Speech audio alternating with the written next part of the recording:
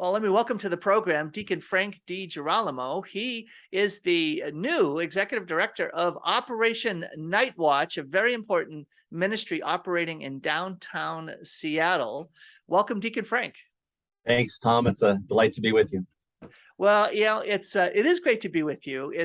I've watched. I don't want to say I've watched your career because it makes me sound so old. I guess I am a little bit old. So yeah, Tom, it's been we go a while. way back. Yeah, we do go way back, right? Yeah. I think the first time we interacted, you were working at St. Monica's, and Yes. it was at a program that was going kind of a deep dive into the Catechism of the Catholic Church. One of the greatest gifts of my life, Tom. In my adulthood, you systematically helped me to make sense of everything that I had been taught over the years. So those 4 pillars of the Catechism taught by you, deep dives, were continue to be just a great gift.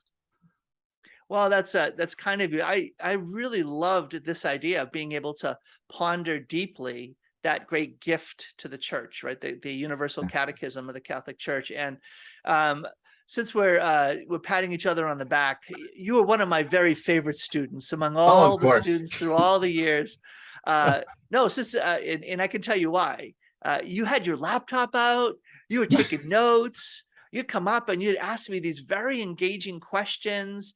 It's not just that you wanted to be there, but you had a passion. You had a passion for the faith and about plunging more deeply into the faith. And I really enjoyed your thoughtful questions, your incredible sense of engagement in with the content, and then somehow saying, let's make this alive.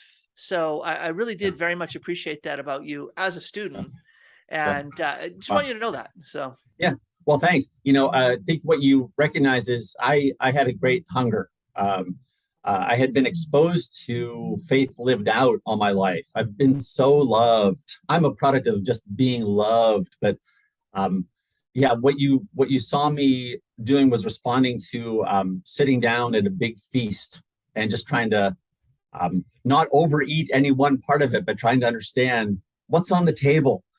And of course, the Catechism. I have to share. This might sound kind of funny, but the dynamism among the 4 pillars of the Catechism is something that still continues to dance in my head, right? What God reveals about himself in the creed, he actively communicates to us through the sacraments, and it takes further root in our lives as we strive to live a moral life in Christ, and it leads us back to him in prayer. Wow. I mean, that's a day. Every day, that's a given minute, it's a given hour. How's that all coming together? So what's on the table? That is so cool. Folks, you have no idea what Deacon Frank just did there, but he took something that was part of it was a theme that unfolded itself over 4 years, and you did that. You did it better than I did. You should be teaching that class. So Tom, you're the teacher. Well, so here's the thing. We're here to talk about Operation Nightwatch, and I think the theme for your life hasn't changed. You have a passion. You want to go deeper.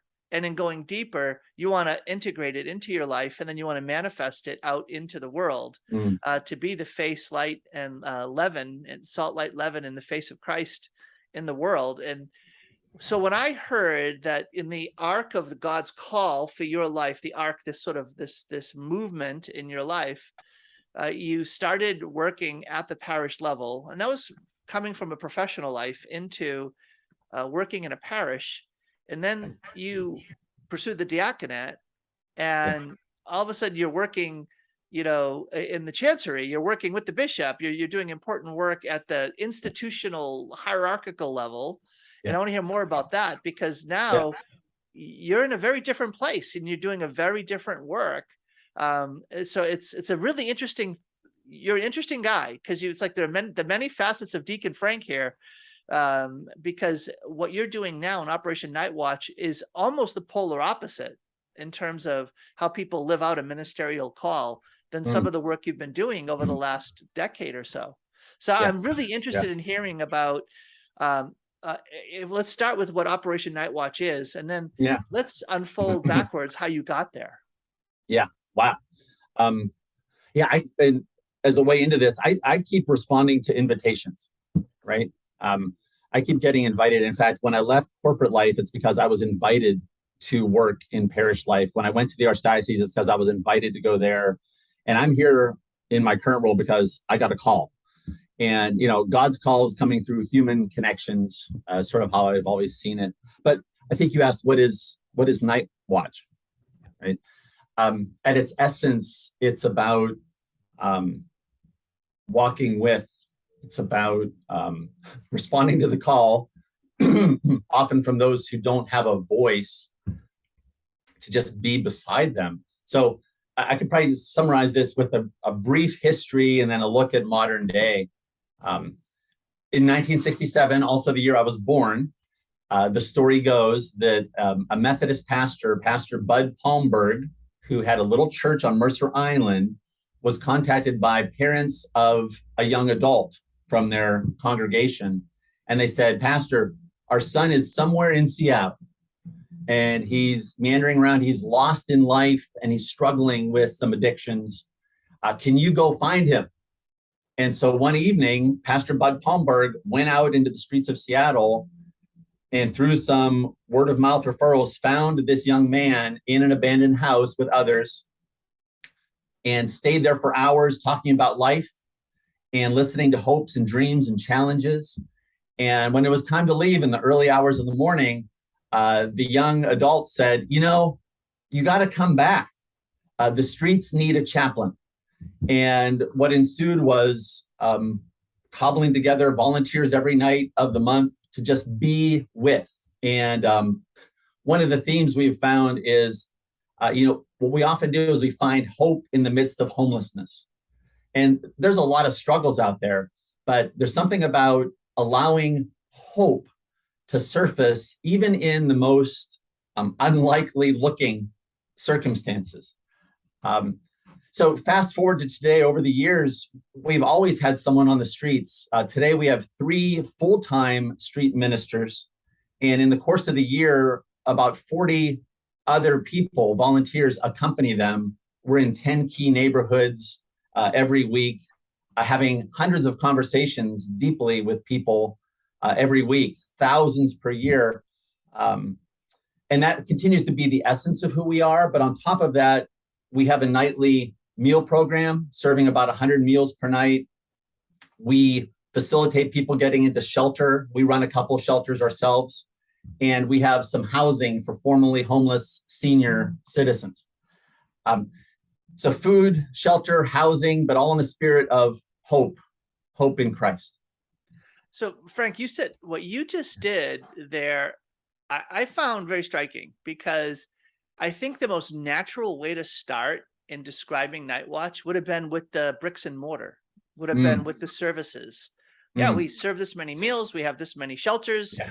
And what did you start with? You started with relationships, connections, being present, going forth into the margins, going out into the places where, frankly, 95 or more of those listening are never going to go.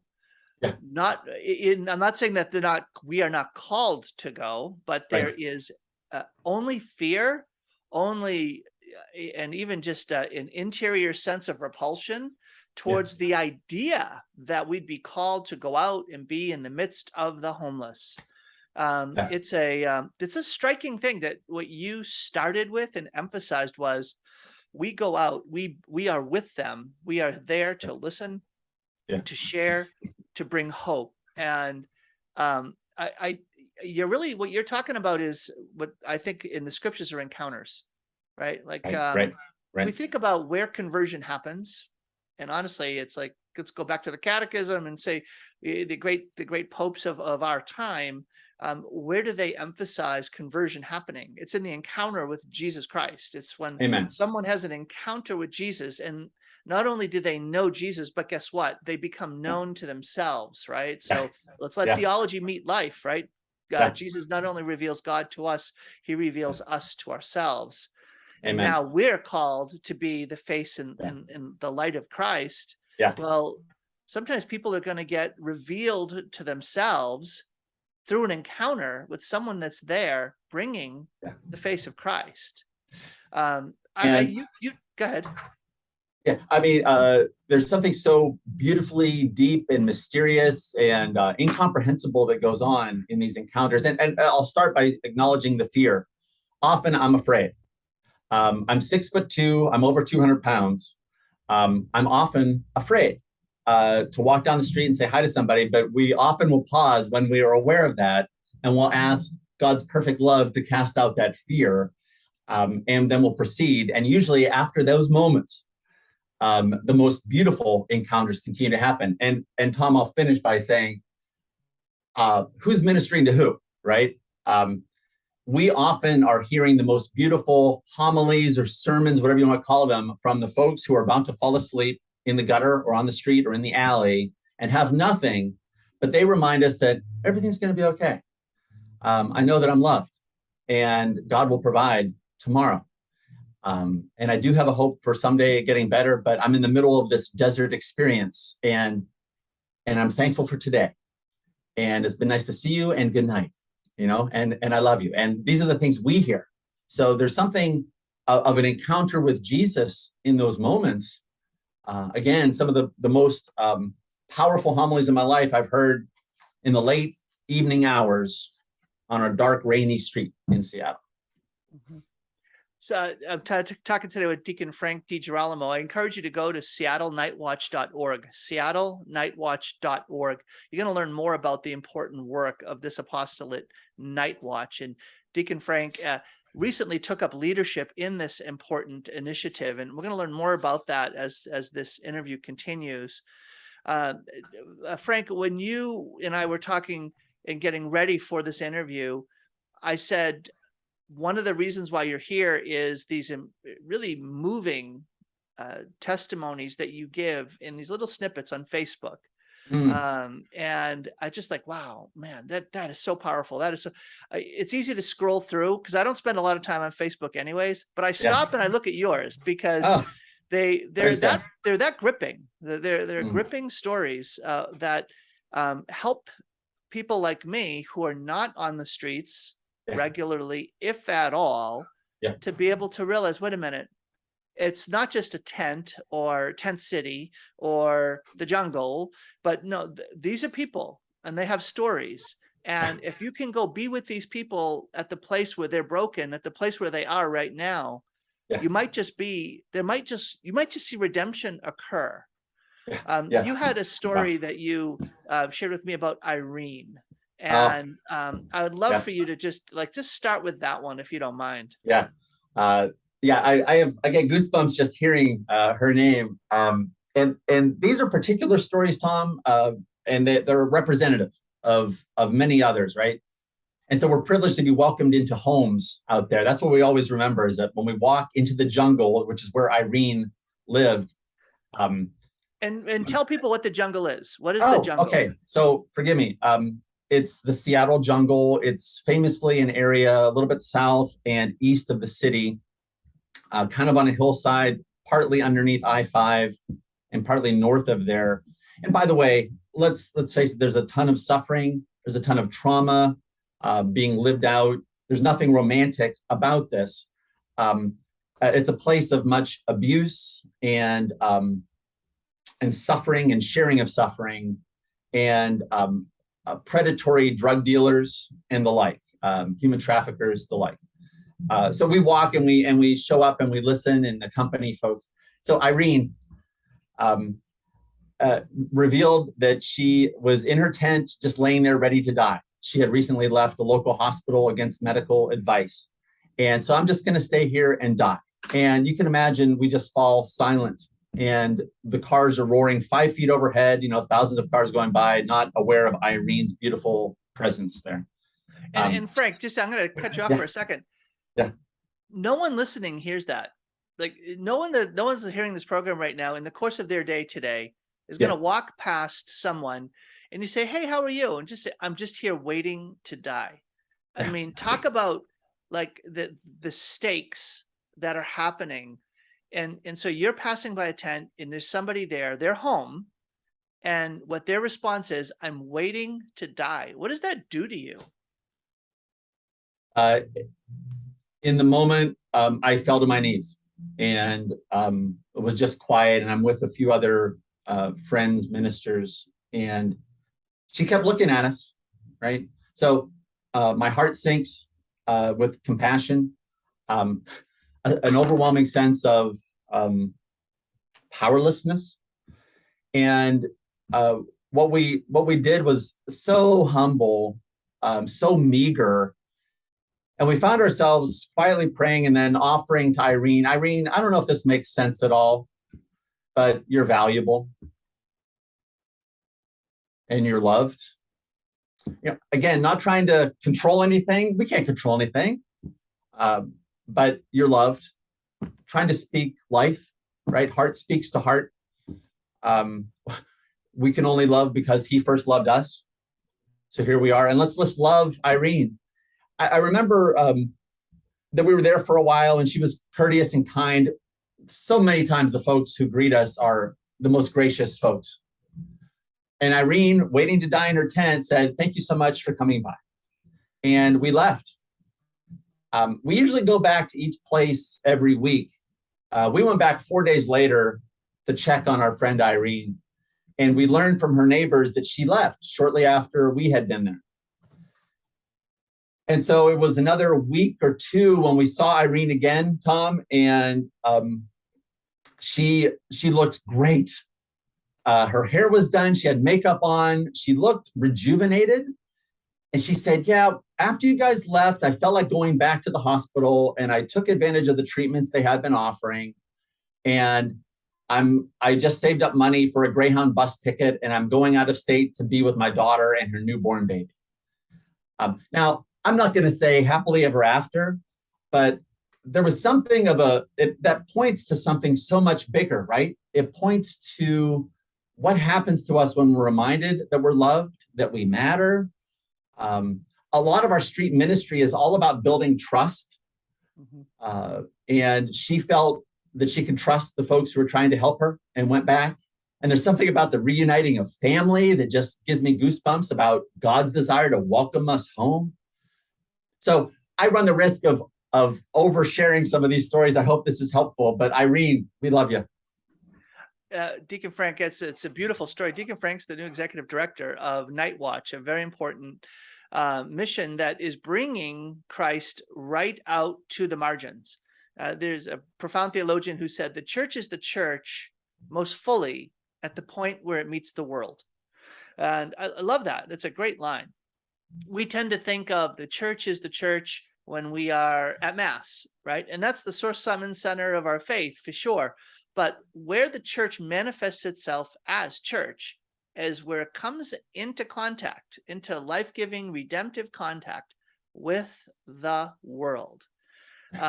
It's interesting because my wife, Carrie, and I, we grew up in families that said foster faith, grow in faith in different ways. My family grew up where it was go to Mass, go to adoration, encounter Jesus there. And I said, that's where conversion happens, in prayer, in seeking Christ, going deeper, rosary.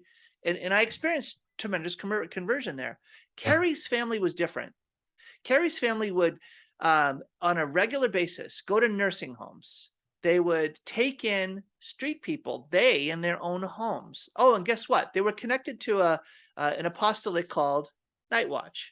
And so Carrie's mom would be down serving those meals like at 11 at night or 10 at night, very late when they would do it. And I went down with her one time and I stood back. I mean, my mother-in-law, Mary Margaret DiLorenzo, is like 5'2", and I'm 6'1". And let me tell you, she had this authority, like they knew that woman and they just got in line and they kind of would look at me and I kind of backed away thinking, is she going to be okay? And she was perfectly safe. She was known and she knew them. And it was really powerful. But Carrie's point was conversion happens at the point of contact where you are being Christ in the world. Yeah. So what are your thoughts about that? That whole thing that I just shared? Yeah. So first of all, I'm thrilled to know of the connection with your wife's family and with you standing there. You paint a great picture. I could see you standing there. As you're talking, I'm reminded again of who's ministering to who. And the safety you talked about, the safety tends to come when we are willing to put ourselves forth to live in greater relationship. That's where so much of the healing comes from, and to not be afraid of each other, but to love one another as I've loved you, right?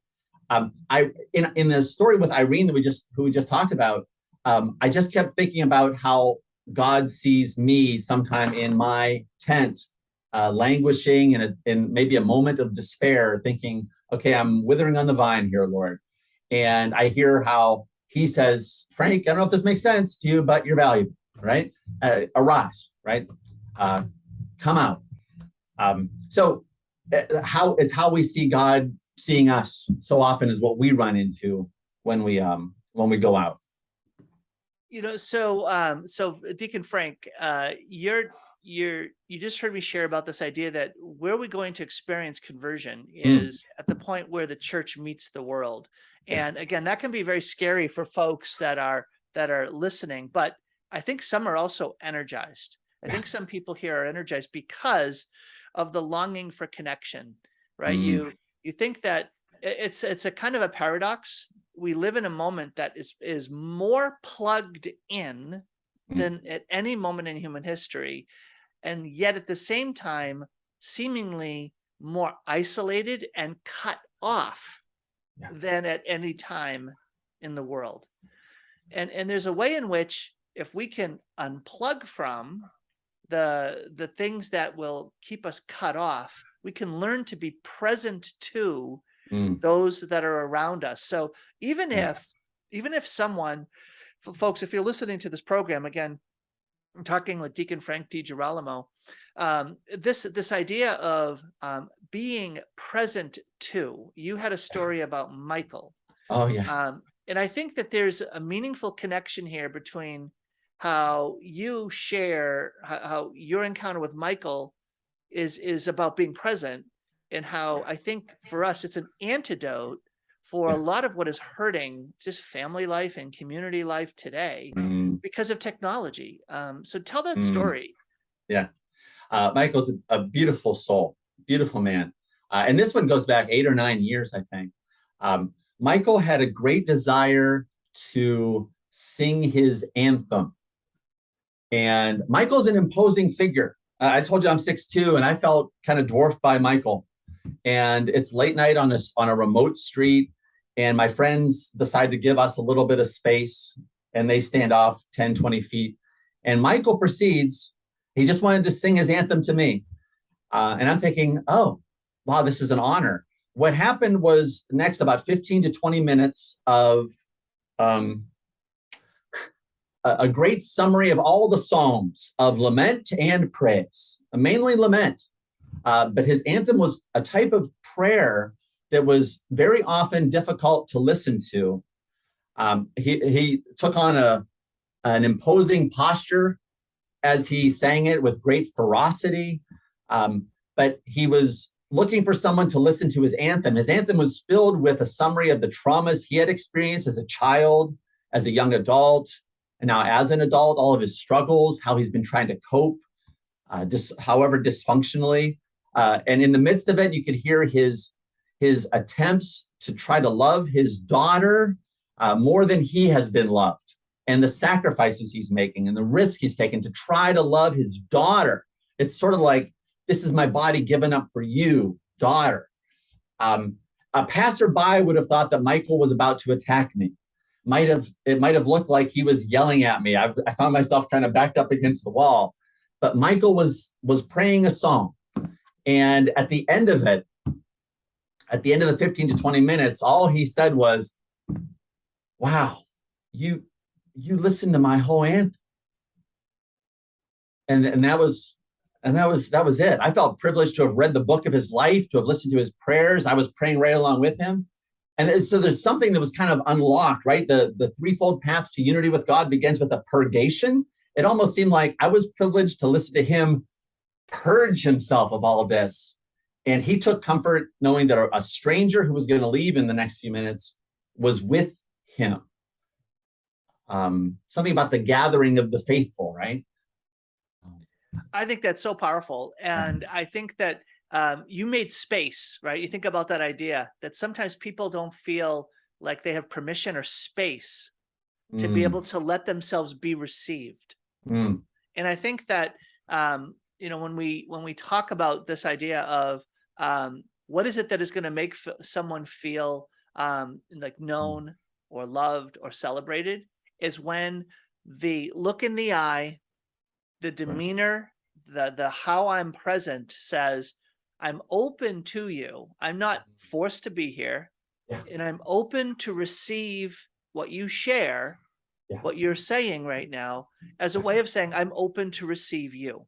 Yeah. And I'm going to bet that in the course of their day-to-day lives, that the demeanor, the posture, the decisions people make, the looks on the faces and in the eyes, Yeah. they probably don't get a lot of that in the course of their day-to-day interactions. It's and by the way, all praise to God, right? We're only animated and invited to do this because we feel obligated, compelled, I should say, to hand on what we have received, and we are drawing upon all the awareness that God listens to our anthem all the time as we pour it out in prayer, right?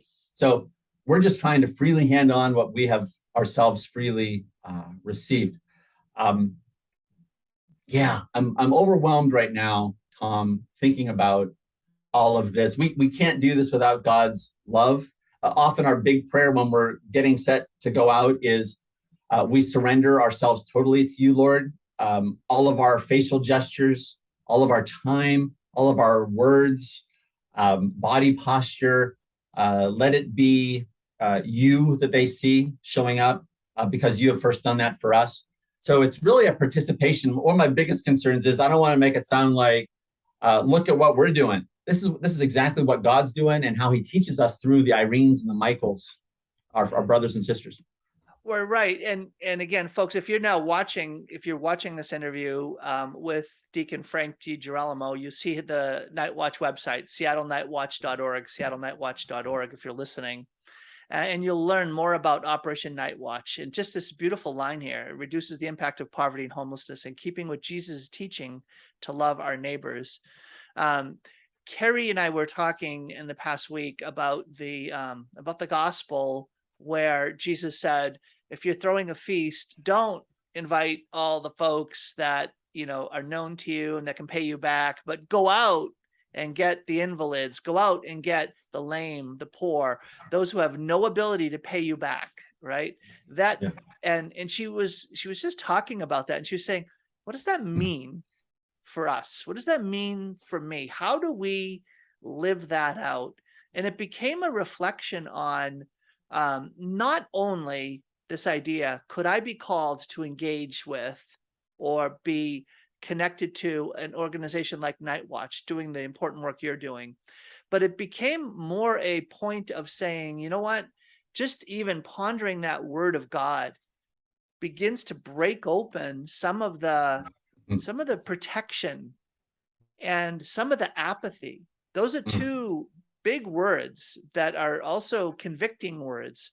Are we apathetic, and are we protecting ourselves from the ones that the Lord is saying, I will solve your apathy, your indifference. And if you're willing to allow me to break down the walls that keep you back from a place where you're going to be redeemed and you're going to bring, again, the face and the light of Christ.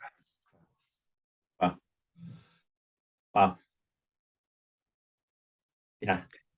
So Deacon Frank, I want you to be able to say, so how to help, right? So there's on the Nightwatch website, seattlenightwatch.org, there's give, volunteer, engage, and pray. So folks, I'm going to encourage you to be praying for Deacon Frank and for Nightwatch. That's it. That, easy to say. And I think it's comfortable to do, but then there are other ways, and that's engaging, volunteering, and giving. And I want to make sure that folks understand that this is a nonprofit initiative, and that when you give, it's a way of sharing in the mission. That's one of the things I always bring out, is that some people give by going, and that's what you're doing, Deacon Frank. Well, other people can go by giving, so they can literally become connected to folks. You can become sharers in the mission. Amen. You're maybe not called to be like Deacon Frank and at 1 a.m. be out under the bridge, sitting in a tent, listening to someone's story, but you can support those who are through your financial giving. So when people give financially, Deacon Frank, what happens? Like what happens with those dollars? They go directly to our direct service, especially funding all of our efforts to go forth, to foster trust, to invite those who can't pay back. And again, it all starts with our awareness, our overwhelming awareness that God has first invited us when we cannot begin to pay him back. So if you feel overwhelmed and want to hand that on, then your financial donations go directly to us. Encountering folks who have suffered much, continue to suffer, and give them a moment of respite, of love, of accompaniment. It also goes directly to subsidizing our housing for our formerly homeless seniors. We heavily subsidize those apartments. We run our own shelters at great expense when shelter beds are fewer in the community. It goes to our ability to support our 700 plus volunteers every year. We couldn't do it without our thousands of donors, Tom. Mm-hmm. That's really tremendous. And if you go to the Seattle Nightwatch website, there is a button that says how to help. And then under the give, there's a donate now button. And you see it, folks. If you're with me watching the interview, you can just click on donate now, and you're able to make an easy donation right there on the page. It is tax deductible because it is a nonprofit organization. And as it says on the website, that you guys rely on almost entirely on donations from the folks that believe in your mission. They want to be a blessing to you for being a blessing to others, and they have the financial means of doing that. And so, I got to tell you, my two favorite. I handwrite thank you notes every day to tons of folks. It's one of my favorite things to do. And recently, I came upon two of my emerging favorite recent donors, and one is a 4-year-old girl whose mother was reading her our newsletter. And just quietly, while mother was reading the newsletter, the 4-year-old went upstairs, got her piggy bank, and came down and said, "Mom, let's give them some." And she took out $5 from her piggy bank. So I got $5 from a 4-year-old girl because there was something moving, right? And then I had a late 80s gentleman talk about how grocery prices are skyrocketing. He depends on the local food bank to survive, but here's $5 because I know people are worse off than me and I want to help. So I'm overwhelmed by the tremendous generosity of all of our donors. Again, something much bigger than dollars and cents going on here. It's a participation of care for each other. Right. And you know, Deacon Frank, one of the things that you also shared with me that happens is that you're not just meeting folks, but you're walking with them. And some of these folks are in fact walking back into a relationship with God or deepening their relationship with the church as well. You had a story about Casper that was kind of unfolding that. Yeah. And I'll preface this by saying it's a story where I fumbled a lot. Casper, beautiful soul. We hung out with him. We always go back to the same place on the same day and the same time, just for some consistency in the midst of chaos on the streets. Sometimes we're the only consistency. Casper beautifully one day said, "Where's your church?" And I said, "Well, actually, it's kind of far away, but there's several around here. There's one right here, over here." And he goes, "No, your church."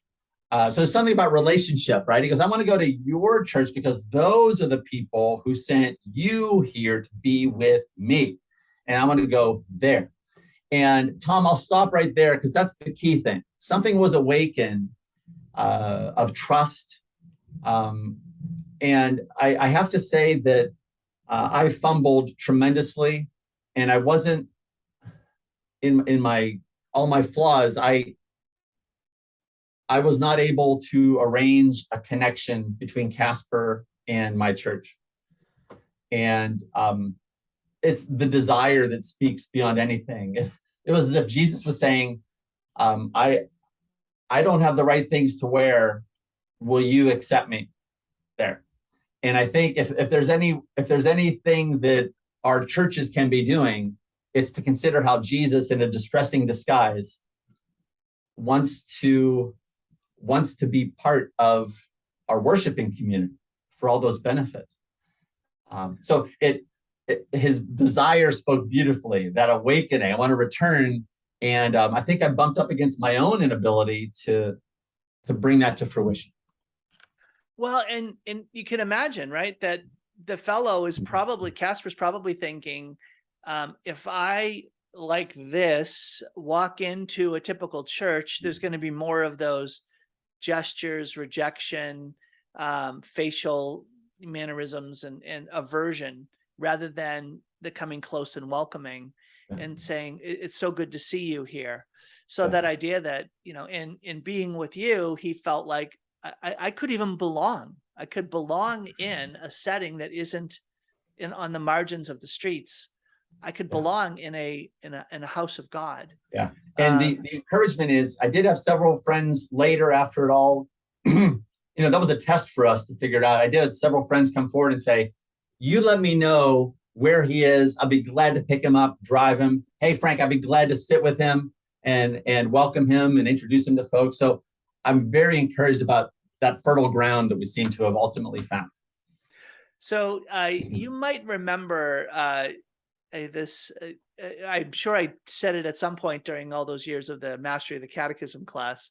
St. John Paul II, as a playwright in the theater of the word, in one of his plays, I think it's called the Son of Man, or Adam, and in it, there's that scene where he's outside looking at a homeless man leaning up against a light pole in the snow. Do you remember this story? Refresh. Yeah, keep going. Okay, so in it, he's having this interior dialogue with himself, saying, "Look at that! What a shame! What a terrible thing! Let me go over there. He's gonna freeze to death." And he goes over to pick the man up, and then it happens, and he picks the man up, and the next line in the play is, "You have saved my life." And you'd think that it was coming from the man on the ground saying it to the man who was picking him up, but it was the man who was picking him up who said to the man that was homeless and on the street, "You have saved my life." That what a striking insight. And how would you respond to that, someone who is in those kind of interactions on a regular basis? You're speaking about the incomprehensible, the great mystery that does happen when we just engage, right? Something transcendent between either of the two people. It's just bigger. It reminds me, Tom, of one of the gals who lives in Pioneer Square, who at the beginning of the pandemic was talking to me, and she said, "Hey, I know that this is gonna be tough on a lot of people's employment. You tell people that if they lose their jobs, and if they find themselves homeless, we will welcome them and we will teach them how to survive out here." Right. So, and it makes me fall silent. Who's ministering to who? So yeah, that was the first thing that came to my mind as you're talking about it, but there's something transcendent. We're a gift for one another. Yeah. So Deacon Frank, again, I'm talking with Deacon Frank DiGirolamo from Operation Nightwatch. Nightwatch is a very important organization, right on the front lines, right on the margins, being with those who are in broken, difficult circumstances. And you have a very important mission. And I love your website, seattlenightwatch.org. And you can see it if you're watching this on YouTube or Facebook, or if you're listening to the podcast or on Sacred Heart Radio, seattlenightwatch.org is the website to go to. And very powerful, the messaging that you have on here about ending homelessness. And I love the way it gets messaged here. In fact, I'm just going to read it. Imagine no tents, no litter, no people alone under a bridge, no seniors without homes, because there are friends, housing, healthcare, treatment for all. At Nightwatch, we believe all this is possible, not simply because we imagine it, but because God loves us all. Powerful mission. It's definitely a vision of a future that's anchored in the most simple but most profound truth. If we all knew God's love for us, how would relationships change? How would we be loving one another? And so we just have this privilege of having these encounters, and all we want to do is share how we see God at work in them. Often people will say, hey, Frank, what do you think is the solution to homelessness? And I'll acknowledge that there are many smarter people doing many greater things about an enhanced shelter and 24/7 care with wraparound services. That's great. At the heart of it, though, it's got to begin with fostering trust, showing up, walking with, which doesn't look glamorous and it's hard to track, because there's something about restoring relationship that must be at the heart of ending homelessness. So much of homelessness has happened because of trauma at the hands of those who were supposed to care for us, and now a spiral of trying to cope with that trauma and being stunted in our maturity. There's a lot of reparative work that's needed just by friends loving in the name of Christ. So yeah, we love to keep a vision in front of us, knowing that it's all anchored in God's love for each of us. Deacon Frank, when we think about mercy, right? So mercy is often connected with the theme of compassion, right? It's showing favor to those who are in broken, difficult circumstances. But mercy is also manifest as preserving us from ever having experienced some of those needs to be rescued, right? And I think that many of us who have been preserved from traumas from at the hands of those who were entrusted to love us. They did love us, not perfectly, but loved us in a way that we were preserved from serious traumas and, very hurtful happenings. It's easy for us to look down upon those who are on the streets and not realizing that, the way my mom would put it, there for the grace of God, but for the grace of God, go I. And it's easy for us just to distance ourselves and say, they're there because somehow they deserve it, right? They made a bad decision, or they're lazy, or they want to be there. They don't want to take responsibility for it. It's easy to fall into those kind of attitudes. And then the last thing that someone wants to do who's holding on to those attitudes is, oh, let me go be with them where they are. But if you have a different starting point, if the starting point is, well, no, if you go hang out with them, you'll find out that they're victims. They were traumatized. They were wounded. They experienced terrible, terrible things that happened to them. And they're just trying to get through today. Right. So well said, Tom. And I think some of the other, you're tapping into what are those spirits that prevent us from connecting with each other. And a big one is self-preservation. There's fear, and then there's self-preservation. If I go there and I'm moved and I fall in love, they're going to want everything I own. What we find is the folks who are suffering the most are most appreciative just of the time and the hello and the eye contact and the name exchange.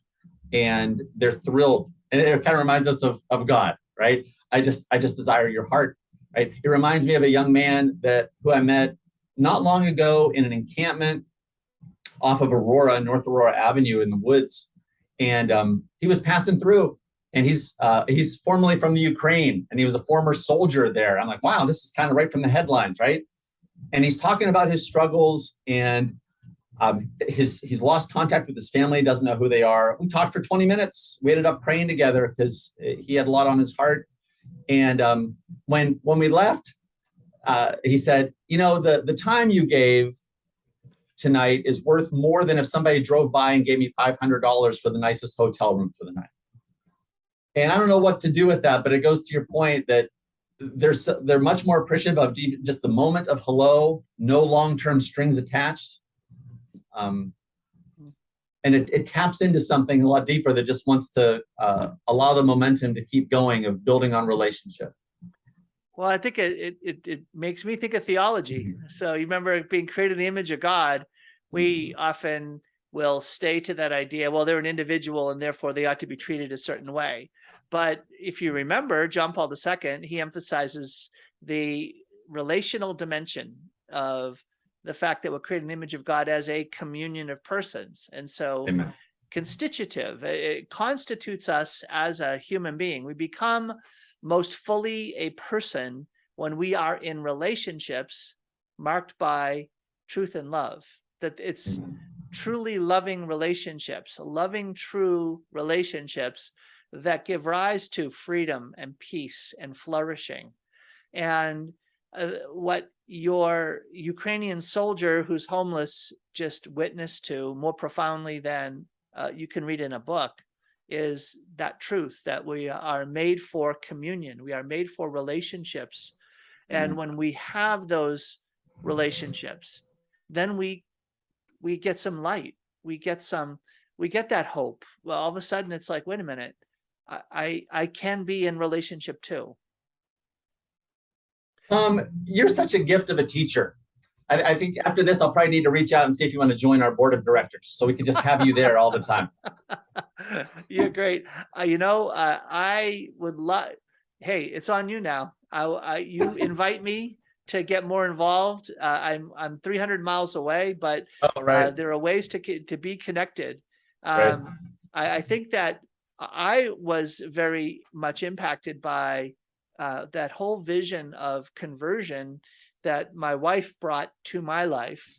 And that was something that was the fruit of her family, right? As I mentioned, her mom involved in Nightwatch, her dad very involved in the St. Vincent de Paul Society at their parish. Again, always coming into contact with those who find themselves in broken circumstances without judgment, right? And they were blessed to have 12 children, but I think they had something like 16 kids coming through their home and just being with them for shorter periods of time. The number of kids that were around them growing up was amazing. And so it's something that Carrie has emphasized in our lives. Like, we need to get our kids out at the point where people are in desperate need and we can be of service to them. So, and that can show up in pro-life initiatives, but out here, they're the Missionaries of Charity, and they serve a meal under the bridge, right in downtown Spokane. But Seattle has such an urgent and much bigger issue with this. In the couple of minutes that remain, Deacon Frank, I've been talking about Nightwatch, Operation Nightwatch, SeattleNetWatch.org, folks. If you're listening, SeattleNetWatch.org, or if you can watch this. How would you invite people to consider getting involved? How can they help? Take a look at our website.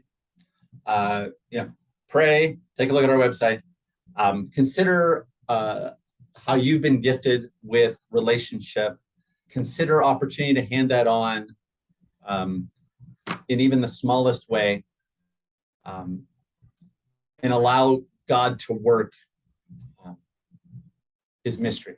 Right? So I kind of don't want to be more prescriptive than that, except to say that any one little encounter, whether it be over a served plate of food, whether it be reading a story, one of our stories that we share on social media can change hearts. And it might just enhance your local life in your family. You talk about the application of mercy and compassion. Sometimes it's to preserve us from a fall. So I guess, I'd allow you to just peruse, consider, and trust that any one person can make a difference for any one person. One of our friends, Sam, who often is on the streets for hours at a time in a given day, just weeping, doesn't get any hellos. Sometimes a person drops a dollar bill in his guitar case and he's thinking, that's not what I wanted. That might help a little bit. That's not what I wanted. And then someone sits beside him for 5 minutes. He said that was worth more than $1 million. I think we all do the equivalent of sitting beside someone for 5 minutes when we engage, when we offer prayers, when we volunteer to do something like cooking a souffle behind the scenes. It all contributes, and I feel like I'm running the risk of rambling here too much, Tom, but I hope that helps. So I'm going to give you my little executive coaching for the executive director. When I give you an opportunity to give people a chance to give money, ask for money. Yeah. Okay. So yeah.